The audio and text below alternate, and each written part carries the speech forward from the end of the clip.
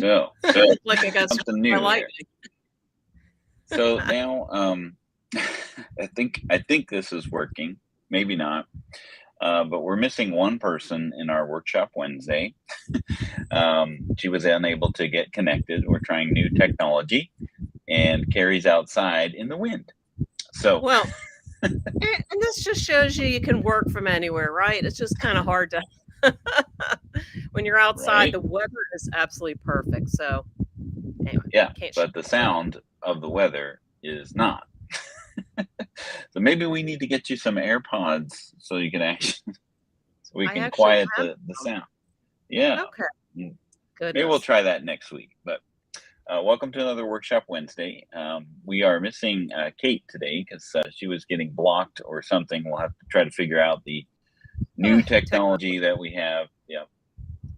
But we should be live on our Facebook groups as well as YouTube and our website. So if you are on the, if you can put in the chat or the comments where you're seeing us from, that would be awesome. But today we're going to be continuing our payroll fundamentals, and we'll be talking about payroll additions. So we'll talk about the additions to payroll, Oh, and then we'll also be talking a little bit about continuing about Spreadsheet Sync, as we had kind of talked a little bit about it last week. So additions to payroll. What would you classify, Carrie, as an addition type of item? When we're talking about the different payroll items, we talk about compensation, we talk about deductions, things that get yeah. deducted from your payroll. What would you classify as an addition, and how does that differ from a compensation item, right? Because if I have an hourly wage, I would consider that an addition because it is making my pay go up. Right. So there's there's different kinds of additions. Like a wage would be fully taxable, like we were talking about wage basis. So if you're hourly, it's going to be your hourly rate times number of hours. Other additions could be your benefits. Like if something needs to run through your payroll, you would put it there. If you were to get a health benefit, something that the company's paying for, that would be an addition. If it gets added to your W-2, those are the types of things. A loan in advance. If you're getting paid vacation, in addition to your hours, you might have some vacation hours. Well, those types of things would be considered compensation because as you add as you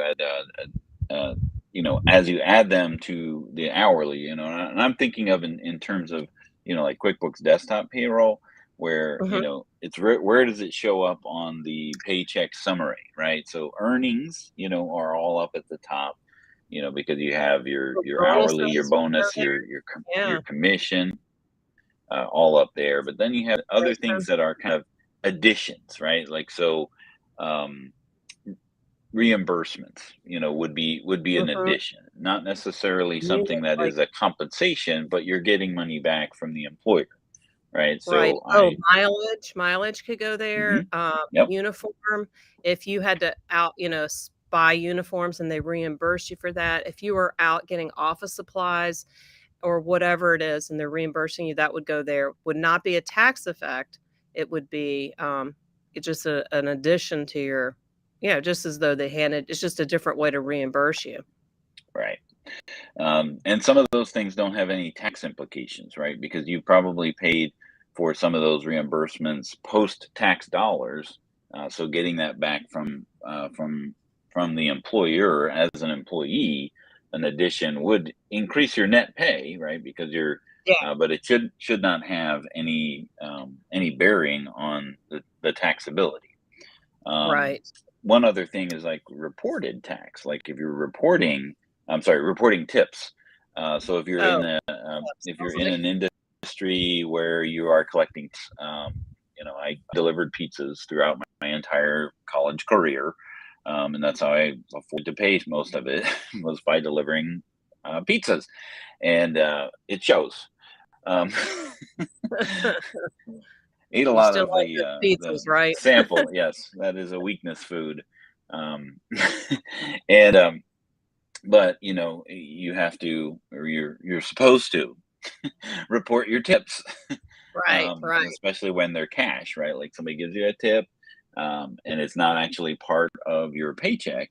Uh, the government wants to know how much you received in check, in tips. So you have to create, a couple items, so that it flows through the taxability portion. So you reported tips of, this is how much I've reported, but then you have to pull those back out so that it Well, doesn't affect your net pay. So it only comes in enough to be taxed, and increase your wage base, like we had talked about last week, about what's the deal with that, right? With increasing your taxable wages, but but that will be in addition to the money that's coming in, into your item, into your paycheck, in order to be taxed, and of course then you would deduct it, so that it doesn't actually increase your net pay. Would be some of the other situations well, where there would be an addition, type of item. so in addition, the only other thing I can think of is if you got like an advance, you would put that in there as an addition because it's not taxable and you're going to pay it back without tax. There's different ways to do the check, but it's probably better to do it right there on there. But that would be what that category is for. And then when you're paying it back, you can have it mapped to that advance to Dan, and then it's getting paid back.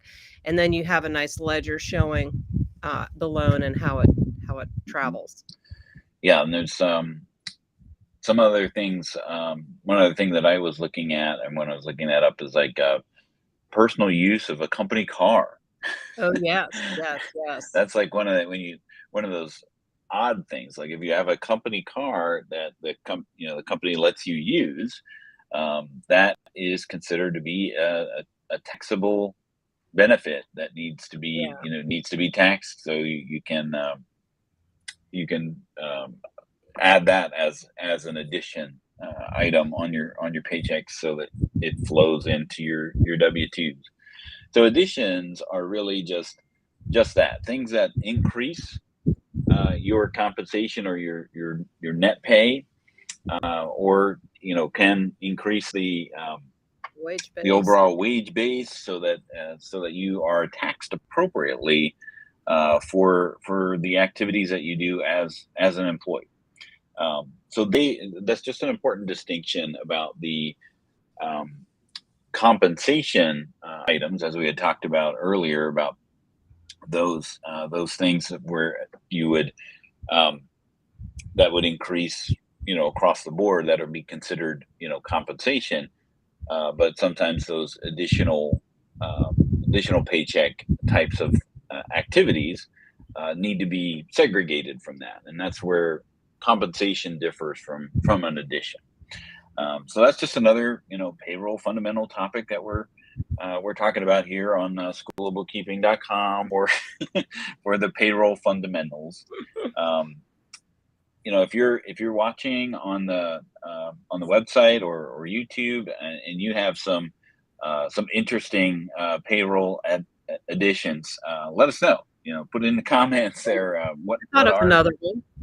Oh, per diem. Per diem. Yeah, if you yeah. travel and you just get like a flat per diem for your travel, that's another place that addition could go. Then that wouldn't be taxable. You'd have, your rules and what not around how much of that you have to report, how many receipts you have to have, or they just give you a flat amount. That's a company policy. And for those that don't understand Latin, what is what is per diem actually mean? Is it, So when you travel, you may get a per diem.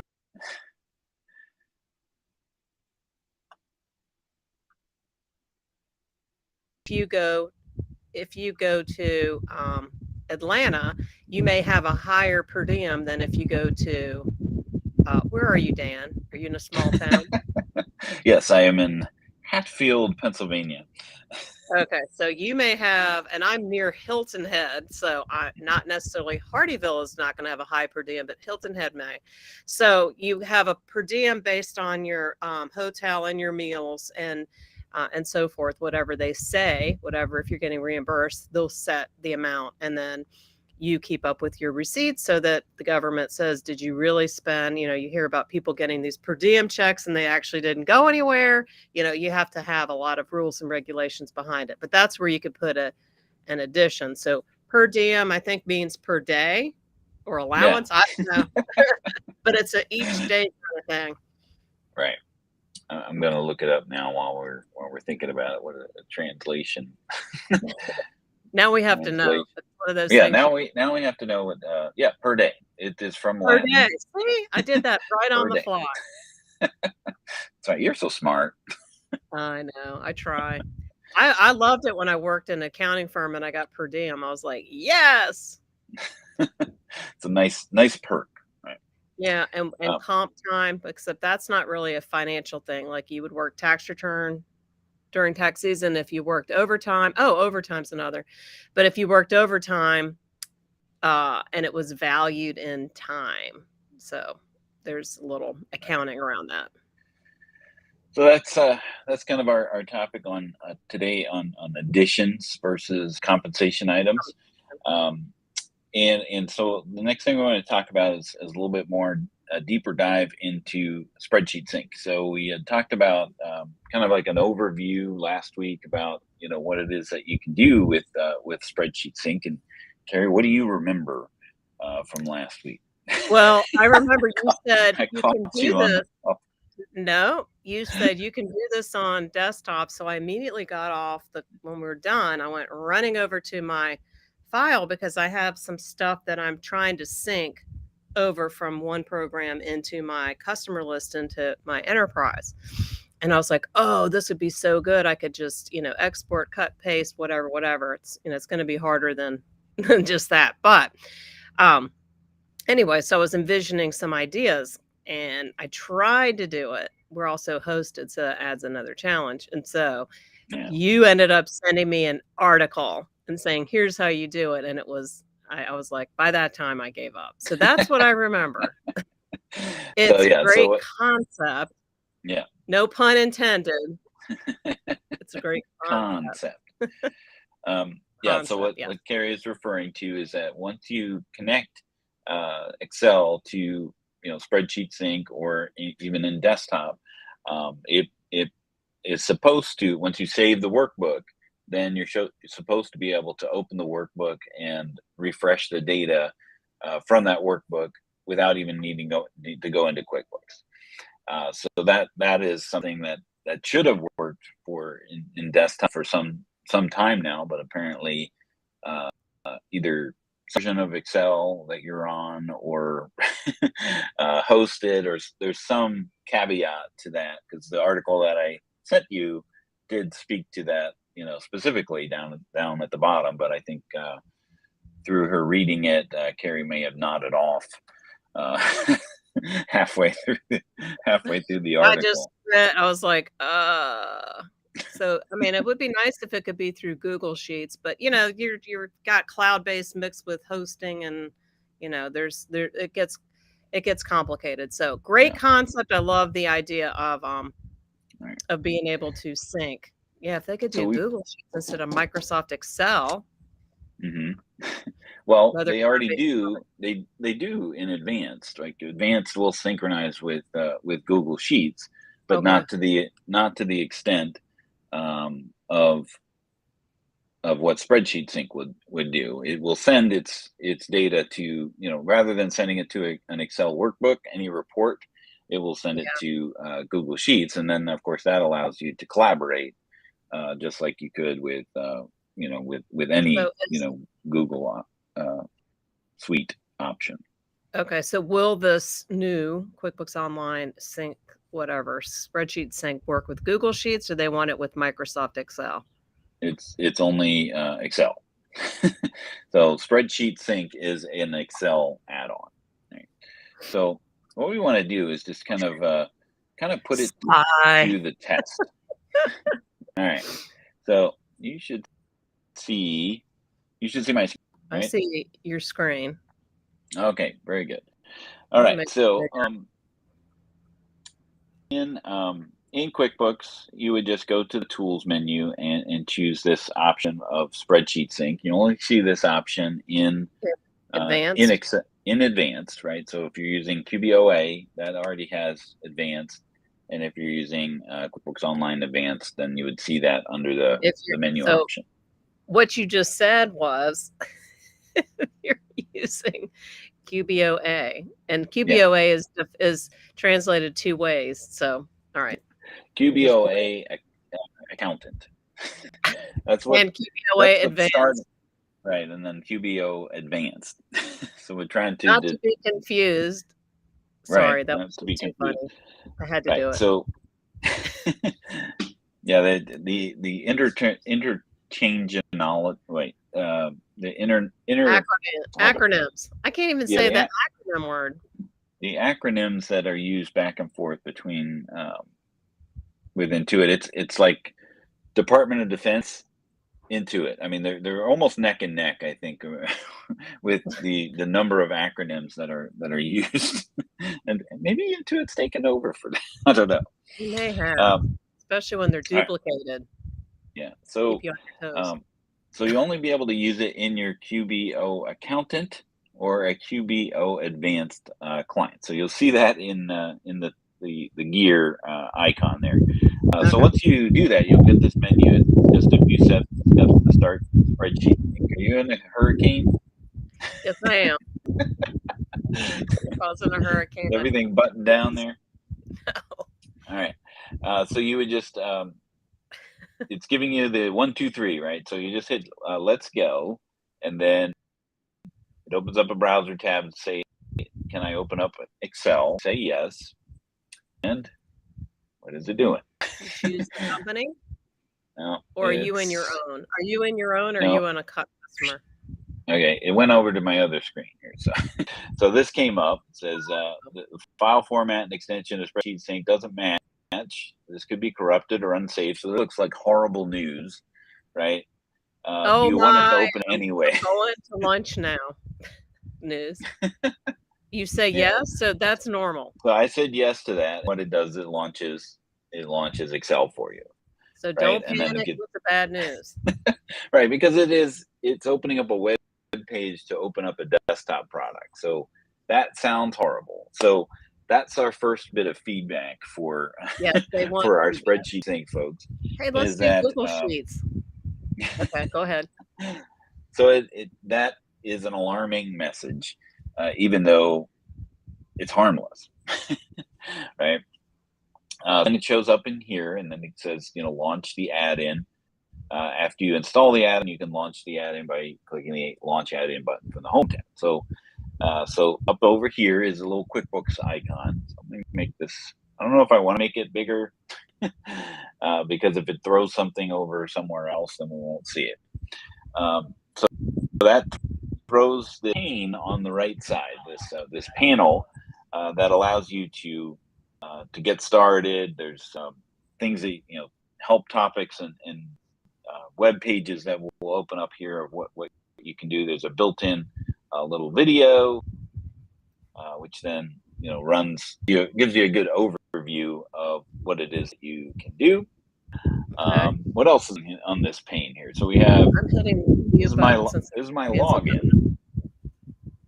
This is my login here. So there's a little on there for who I am.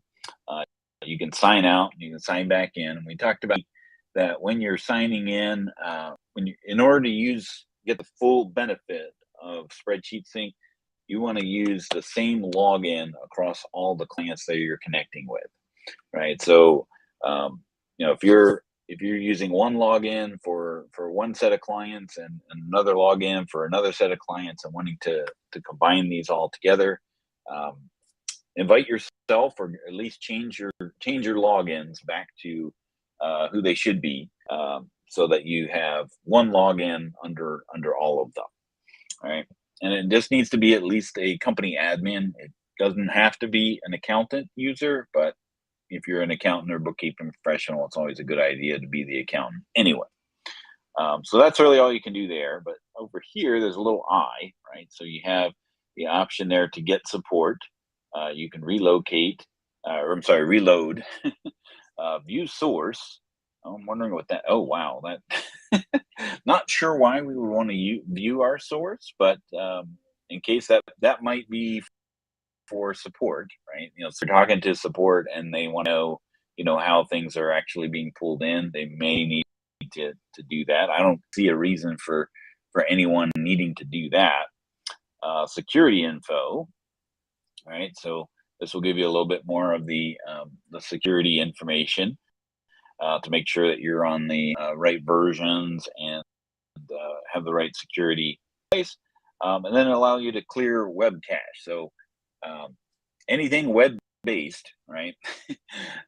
That's going to be a potential option or a task that you may have to do.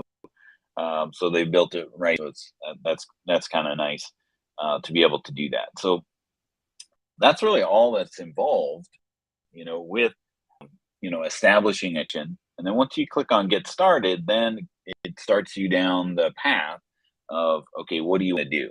And we'll talk a little bit about, I think what we'll do next week is we'll go through these reports and make sure that they do what we expect them to do. So,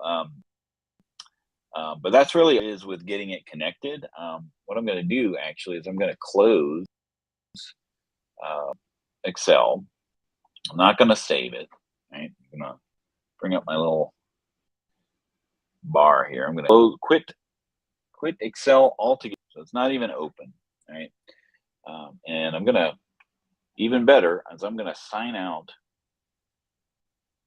of my QBO. So I'm not even in. So like this is like staging the trick here. Right? So my lovely assistant Karen and look pretty. But we're going to launch QuickBooks, or I'm sorry, we're going to launch Excel, right? And you can click the launch add-in. And because, let's see where something went wrong. Because we're not even connected, it automatically, it got me signed in inside of Excel. So I'm not even connected to QuickBooks Online at all, right? But I can still go into an Excel worksheet, build a report, get my data. The companies that I've connected it to are still available there. So I can choose to build a report right from Excel once I've done that connection to the company file. So that's kind of neat that it has that flexibility if you're more familiar with using Excel over trying to get the data in the reports in QuickBooks. So that's a win. What do you think, Carrie? I hit the mute because of the hurricane problem. No, this looks real promising. So I like that. So it basically leaves the connection to your QBOA file, QBO accountant file. Or so QBO that Advanced. it can be or advanced. Well, with advanced, it would just keep you in that one file you connected, I imagine, where you have whatever you've connected, even though your list is this long.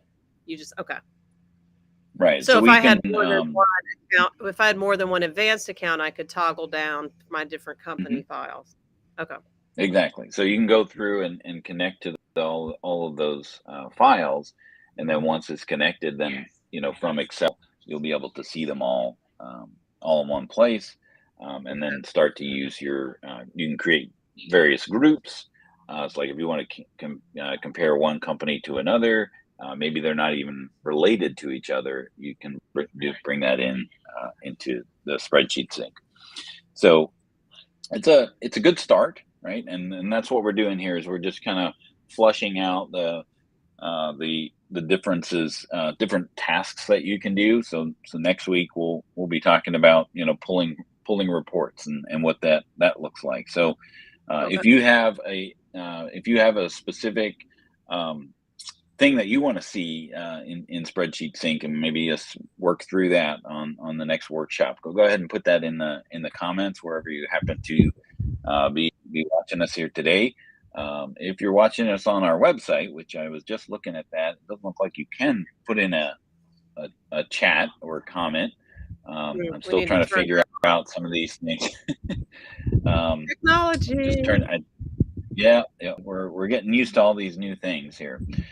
So hopefully, as we continue our workshops and use this new tool that we're using here to send it out, that it will utilize or get better for us, and we'll get a little bit more smoother. And plus, we'll have Kate next time, Yeah. since since she couldn't join us here today.